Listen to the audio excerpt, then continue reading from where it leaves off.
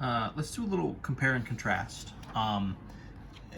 At this stage, in some sense, what we have is two perfectly good methods, right?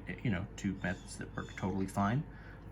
And it's really a matter of just sort of picking whichever one we kind of like best for whatever the situation is. A lot of time that'll amount to whether we're given like a y equals type function versus an x equals type function, and whether we're rotating around the x-axis or the y-axis.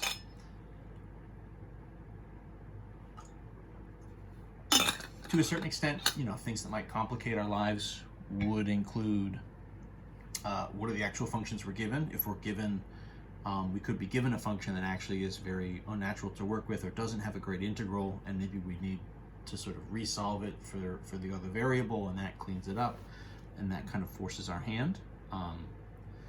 But in general, what I'm going to say is if you're given kind of a y equals type function and you're rotating around the x-axis, probably disks and washers will work best. If you're given a y equals type function and you're going around the y-axis, probably shells will work best. That's kind of the sort of extremely short, non-specific version, kind of the Cliff Notes. I don't know if you guys know what Cliff Notes are. Not Cliff like the student, of course, one of my favorite students, who I'm sure will watch this. Cliff, did you write these Cliff Notes? You know about this? You heard about this? They're before there was the internet. If you didn't read a book, you had to buy a whole other book, a little notebook that would tell you what happened in the book. There wasn't a Wikipedia. You couldn't just go and sort of figure it out for free in 5 minutes. You had to pay money to pretend like you read a book that you didn't read. Anyway, a little history lesson here in the math lesson. So let's do a shells versus disks and washer. Let's revisit a region we sort of did already. So we'll kind of redo one of the examples we did. So y equals x plus 2, y equals x squared, and x equals 0. Those are the boundaries, right? X squared on the bottom, x plus 2 up here. They're kind of meeting at 2, 4, and then x equals 0 just gets us this sort of left-hand boundary.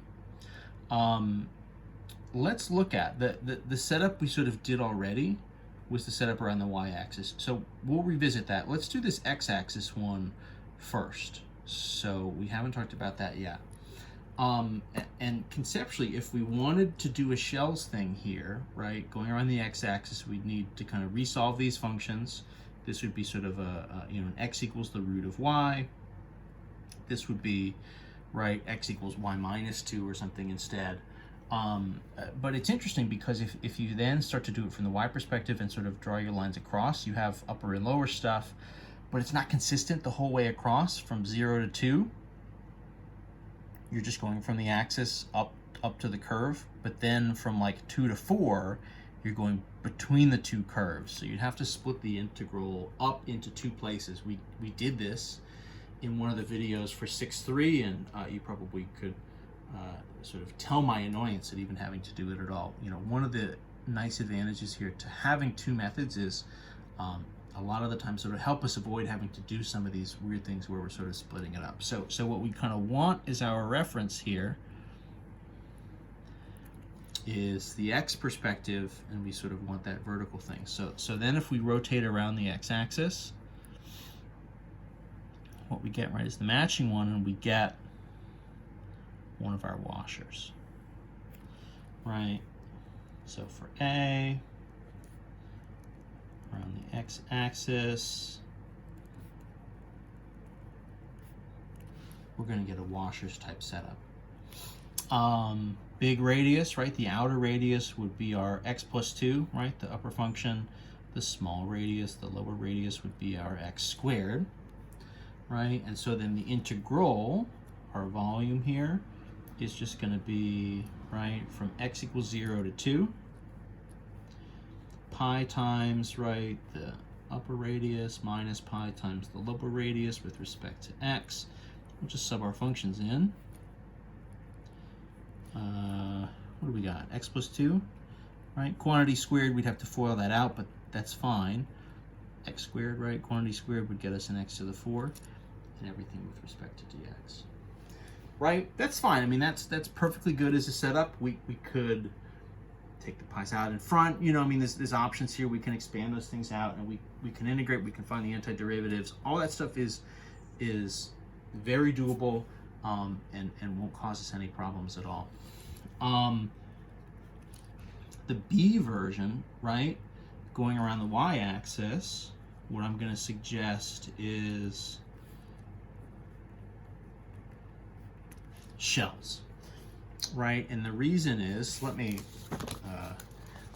scoot this up. I'll do a sort of a quick little shells sketch. Again, we kind of did this one already, but just to have them sort of on the same page of notes is probably helpful. 2, 3, 4, 2, blah, blah, blah.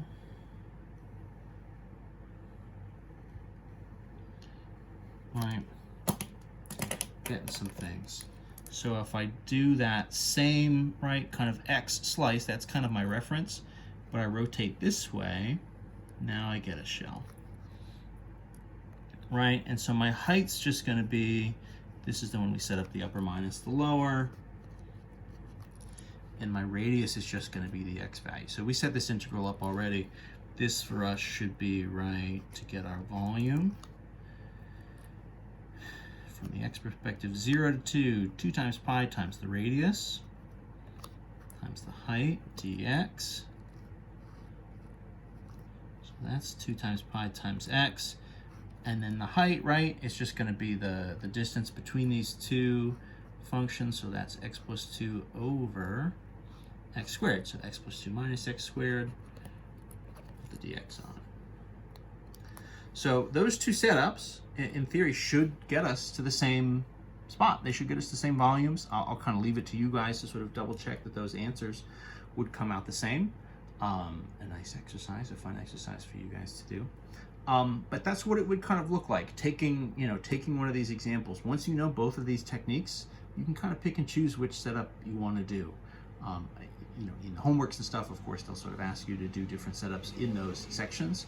But once you know both of them, you can really kind of pick and choose, and oftentimes one of them will maybe run a little bit cleaner than the other.